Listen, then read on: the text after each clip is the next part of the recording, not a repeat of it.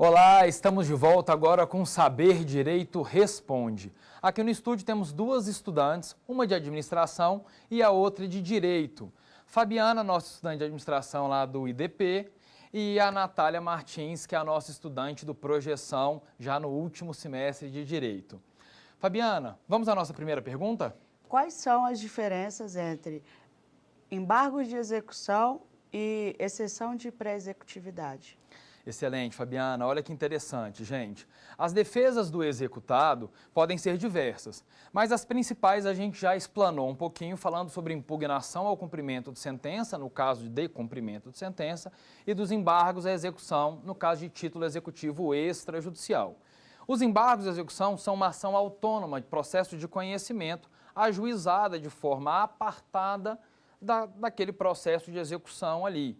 Tem característica, natureza jurídica de processo de conhecimento e é por meio dele que a gente vai apresentar a defesa do executado. Já a exceção de pré-executividade, Fabiana, ela tem uns requisitinhos muito mais complexos e difíceis de se encontrar. Ela não tem previsão no Código Civil de 2015, como também não tinha previsão lá no Código de 73. Foi até uma expectativa muito grande que o legislador organizasse isso e regulamentasse, mas infelizmente não fez. A exceção de pré-executividade serve e vai ser apresentada no bojo da própria execução, diferente dos embargos, ela serve para as questões que o juiz poderia conhecer de ofício e que eu tenho uma prova documental ali pré-constituída. Como o juiz pode conhecer de ofício, não custa nada a gente apresentar a qualquer momento processual durante aquele trâmite do processo de execução. Nascem a exceção de pré-executividade na vigência do CPC de 73 ainda, em virtude de uma exigência que nós não temos mais, que era da prévia garantia, ou do prévio depósito do valor, para eu poder exercer ali o meu direito de defesa. O CPC de 2015 e uma reforma anterior do CPC de 73 também acabou com essa exigência, mas a gente mantém aqui rígido e firme a exceção de pré-executividade para aqueles casos em que o juiz poderá conhecer de ofício. Vamos agora para uma pergunta dos nossos internautas. Eu sou o Guilherme Borges, estudante de Direito da Universidade de São Paulo, no campus de Ribeirão Preto. Estou no 10º e último semestre. Quando eu terminar a faculdade, eu quero seguir a carreira de juiz e eu sei a importância do processo civil nessa carreira. E é nesse sentido, professor, que eu gostaria de fazer a primeira pergunta e eu gostaria de perguntar sobre as medidas instituídas no artigo 139, inciso 4º do novo Código de Processo Civil. A gente sabe que tiveram algumas polêmicas relacionadas a essas medidas e por isso eu gostaria de perguntar se o senhor vê algum limite nessas medidas e quais seriam os limites. Oi, Guilherme, tudo bom? Bacana a pergunta. Tá na moda, agora a gente viu que o 139, inciso 4º, instituiu, com base nele, na verdade, nós temos algumas decisões tratando da possibilidade de bloqueio do cartão de crédito, do bloqueio do passaporte e da CNH. São medidas coercitivas para forçar aquele executado a cumprir com aquela obrigação inadimplida. Nós temos visto no processo civil e durante a nossa jurisprudência que não é corriqueiro. É uma novidade, a jurisprudência tem aceitado devagarzinho, mas não é unânime. Se pode ou não ser utilizado sem qualquer critério, em todas as situações, a gente tem visto também que a jurisprudência seleciona especificamente algumas situações limites, onde eu não consigo encontrar outros bens do executado, mas é de suma importância eu prosseguir com o processo de execução. Assim, o 139, inciso 4º, dá a possibilidade do magistrado, no intuito de um bom andamento processual, de exercer algumas atitudes, alguns atos judiciais mais severos, como o bloqueio do cartão de crédito, da CNH e do passaporte. A gente tem que esperar um pouquinho ainda para ver como que essa jurisprudência vai se consolidar nos tribunais superiores, mas eu acho que é uma medida válida frente à incapacidade, às vezes, do exequente encontrar bens passíveis de penhora do executado. Tá joia? Natália, vamos para a nossa primeira pergunta? Quais são os aspectos relevantes do cumprimento de sentença na obrigação pecuniária? Super importante a pergunta e bem interessante, Natália. Olha só, o cumprimento de sentença, especificamente na obrigação de pagar quantia certa, além de ser a mais utilizada pelo judiciário, a gente é que mais corriqueiramente vai se encontrar no judiciário, ela tem uma importância muito grande. Temos algumas regrinhas distintas, mas ainda utilizamos a quantia de pagar quantia certa como uma regra geral. A primeira delas é o seguinte: 15 dias para que a obrigação seja paga de forma voluntária. Uma vez que o executado não paga voluntariamente aquela obrigação, ele tem a possibilidade de automaticamente, transcorrido esses primeiros 15 dias, ter uma nova chance agora de apresentar defesa, a impugnação ao cumprimento de sentença. Eu tenho duas ressalvinhas quanto a isso. Eu tenho 2 procedimentos menores dentro desse procedimento maior do cumprimento de sentença de pagar quantia certa. Essas obrigações o cumprimento de sentença contra a fazenda pública, em que eu busco ali também valores pecuniários na execução e que, infelizmente, nós não podemos penhorar os bens do erário, os bens da União, os bens de cada estado. Por isso, a gente chama a fazenda pública no cumprimento para impugnar em 30 dias. E não para pagar espontaneamente. Uma outra ressalva importante que nós temos é a obrigação de prestar alimentos, que é uma obrigação pecuniária também. Na obrigação de prestar alimentos, nós temos 2 possibilidades. A possibilidade com o rito de prisão civil, que são das 3 últimas parcelas, mais as vincendas no decorrer do processo, e passado dessas 3 últimas, se eu tiver um valor maior do que as 3 últimas, eu tenho que seguir pelo procedimento normal de pagar quantia certa. Sem dúvida nenhuma, é o cumprimento de sentença mais utilizado e o mais cobrado nas nossas provas de concurso da OAB. Vamos dar uma olhadinha numa outra pergunta dos internautas? Eu sou Gilberto, estudante do 8º período da Universidade Federal de Alagoas, em Maceió, e gostaria de saber do professor se os títulos executivos extrajudiciais e judiciais previstos no CPC constituem um rol taxativo ou exemplificativo. Oi, Gilberto, tudo bom? Olha só, eu tenho títulos executivos judiciais previstos no 515 e tenho títulos executivos extrajudiciais previstos no 784. E distinção entre os dois. Vamos começar pelo 784 nos títulos executivos extrajudiciais. O inciso 12 desse artigo dá a possibilidade de outros títulos que não estão taxativamente previstos ali no 784, o que se conclui, então, por um rol exemplificativo. Contudo, o 515 não traz essa disposição expressa, o que nos remete, então, a um rol taxativo dos títulos executivos judiciais. Tá joia?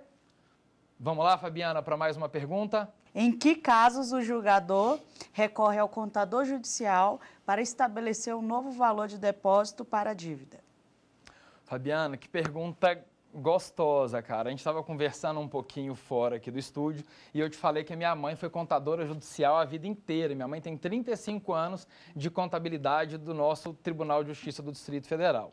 A gente se utiliza, o juiz, na verdade, requer o auxílio do contador judicial todas as vezes em que ele tiver dúvidas sobre determinado procedimento, tá? Determinado cálculo apresentado ali, ele pode socorrer tanto de um perito externo, de um perito contábil externo, quanto se socorrer do próprio contador judicial.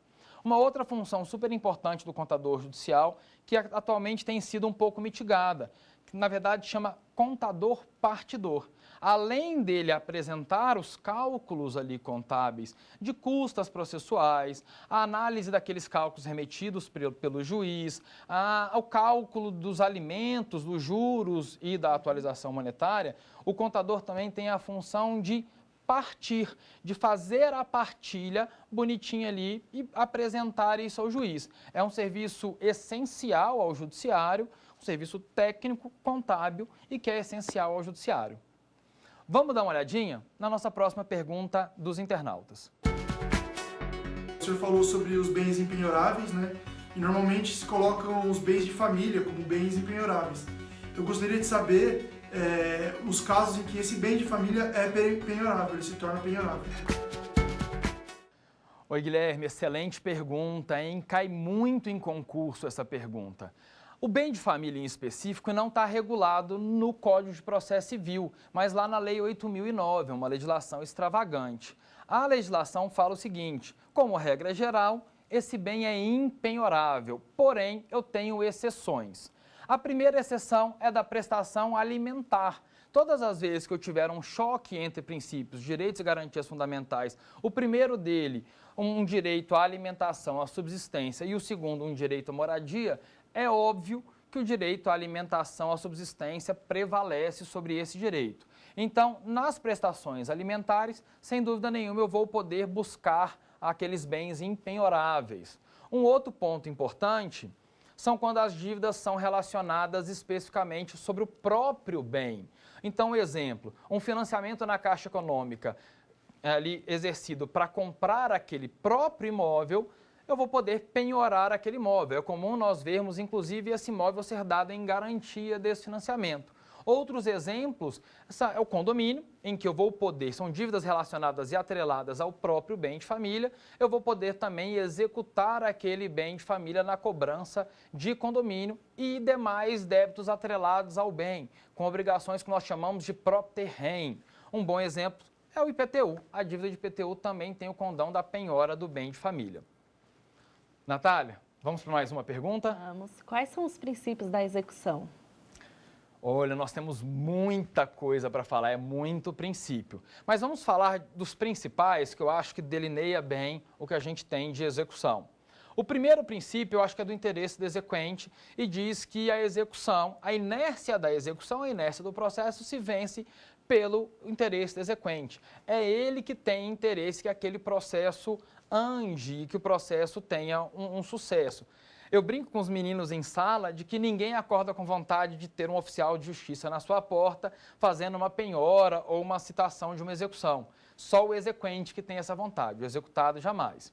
Decorrente desse princípio do interesse do exequente, nós temos o princípio da disponibilidade. Se o interesse é do exequente, nada mais justo que ele mesmo possa dispor daquela execução e pedir tanto a extinção do processo como todo, ou simplesmente dispor de algum ou alguns atos executórios. Outros princípios importantes: menor onerosidade, em que apesar de estarmos em um processo de execução, não é um vale-tudo, nós temos algumas regrinhas ali, decorrentes principalmente da dignidade da pessoa humana.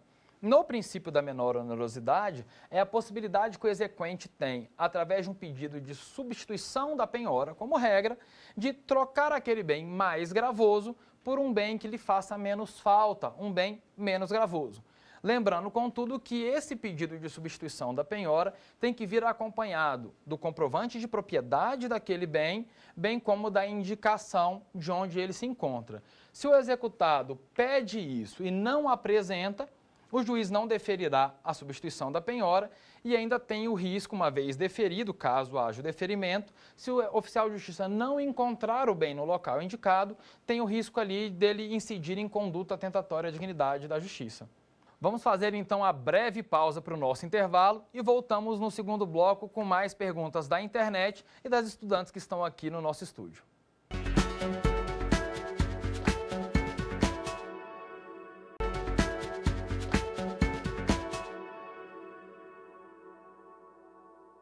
Voltamos ao nosso segundo bloco com mais perguntas. Natália, o que você tem para me perguntar? Como é feita a avaliação do bem ou dos bens penhorados? Quem realiza essa avaliação?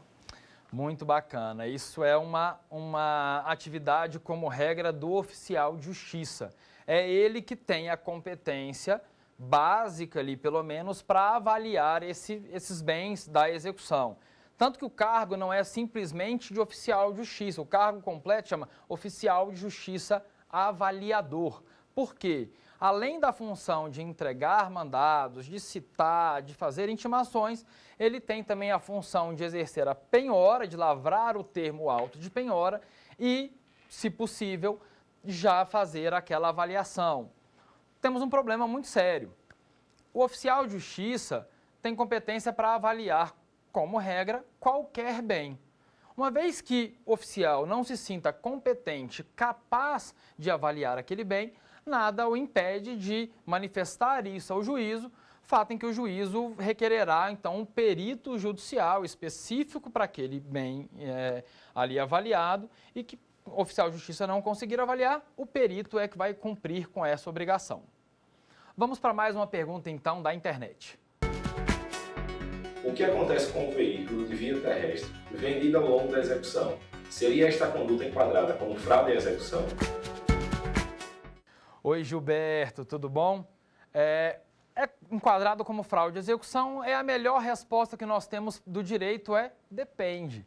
Por que depende? Se o proprietário daquele veículo, mesmo ele sendo vendido no decorrer do processo de execução, se ele tiver outros bens que não os deixe insolvente, o 792 prevê a insolvência e não se ele tiver outros bens, ele fica dispensado ali da fraude à execução. Contudo, uma vez aquele veículo já inserido um gravame, uma averbação ali no seu registro, indicando que existe uma execução pendente, o comprador daquele veículo tem que tomar grandes ressalvas, porque existe o risco de evicção daquele veículo vendido voltar ao patrimônio do executado e, uma vez voltando ao patrimônio do executado, o exequente poderá penhorar aquele veículo. Então, se tiver outros bens passíveis de penhora, não se enquadrará como fraude de execução. Contudo, se for o único bem, ou se eu precisar daquele bem para compor com outros bens e dar o valor da execução, o juiz poderá caracterizar aquela venda como uma venda fraudulenta, conforme o 792. O procedimentozinho de fraude de execução é feito com a intimação daquele terceiro que adquiriu o veículo, às vezes de boa fé, e esse terceiro que adquiriu o veículo tem a possibilidade de se manifestar sobre essa possível fraude de execução através do Instituto dos Embargos de Terceiro. Muito comum acontecer, muito comum de ser alegado, e o juiz, no caso concreto, tem a obrigação de julgar e verificar se houve ou não a má-fé necessária à fraude à execução. Vamos então partir para mais uma pergunta do nosso estúdio. Fabiana.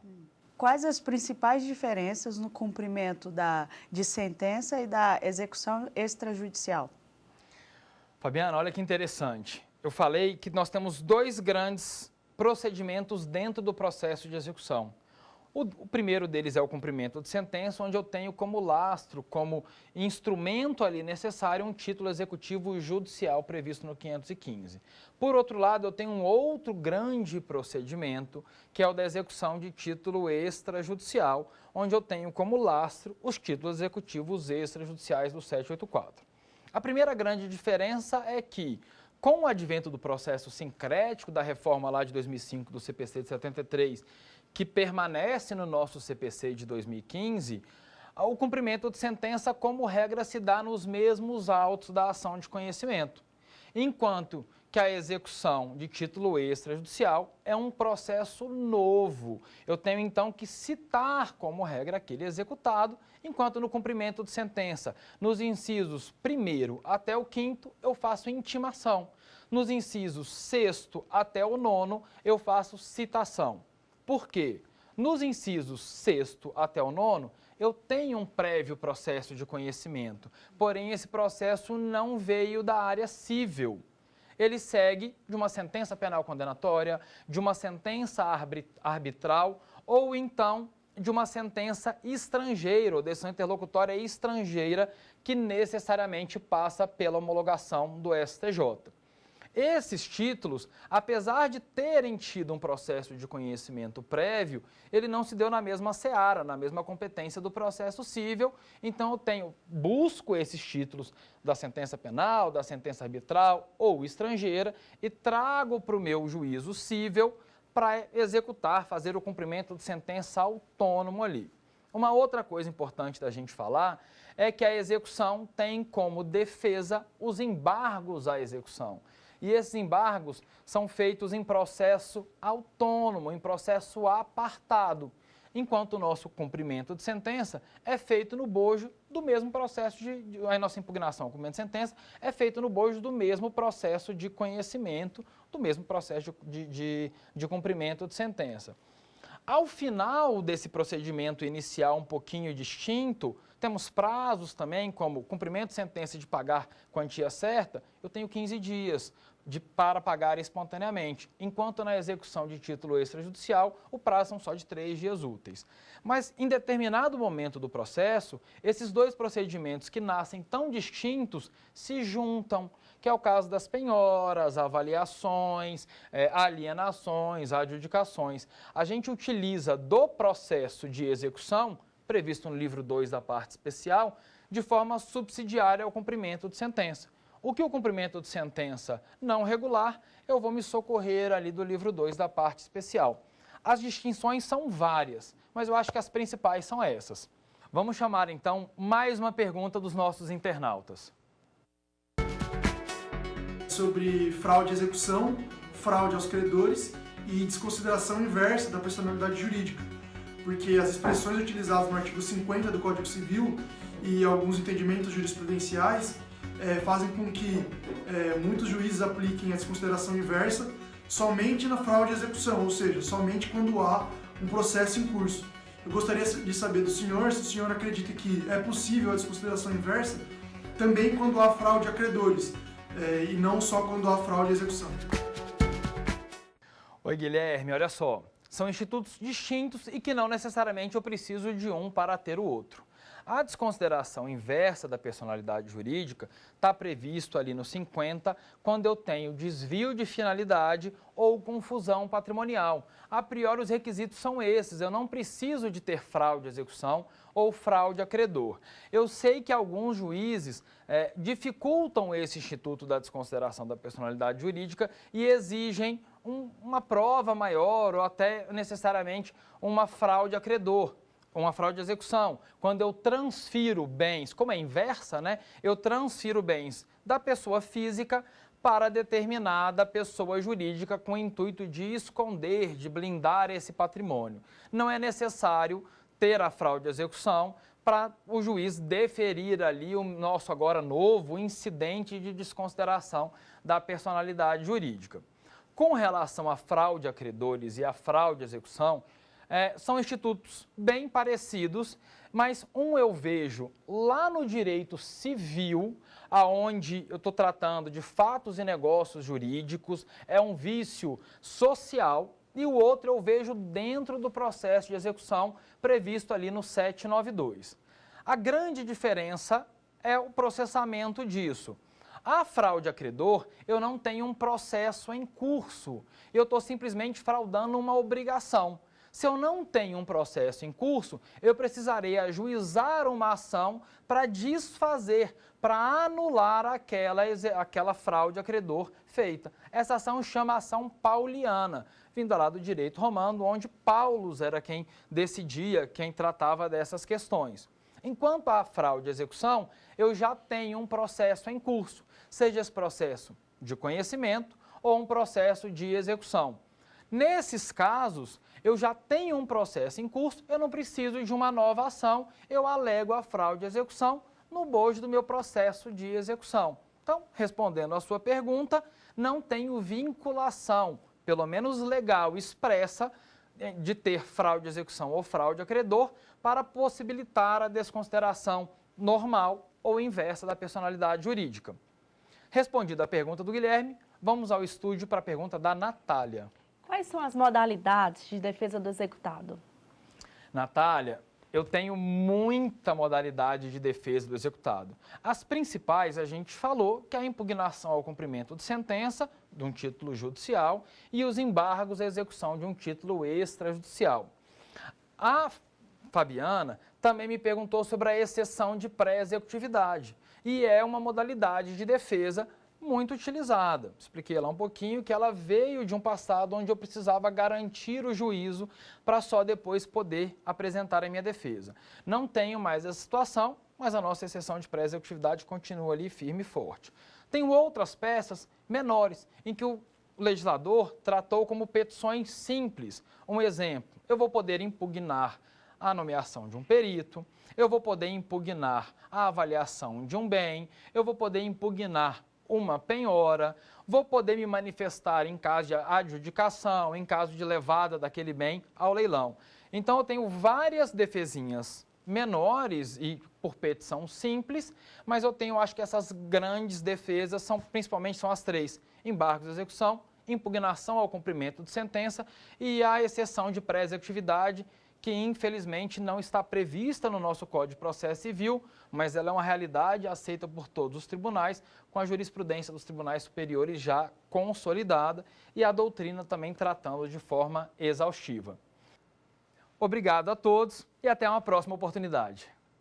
Ficou com dúvidas? Então mande um e-mail pra gente, saberdireito@stf.jus.br, ou entre em contato pelo nosso WhatsApp. O número é este que aparece na sua tela. Você também pode estudar pela internet. Acesse tvjustiça.jus.br ou reveja as aulas no nosso canal do YouTube, TV Justiça Oficial.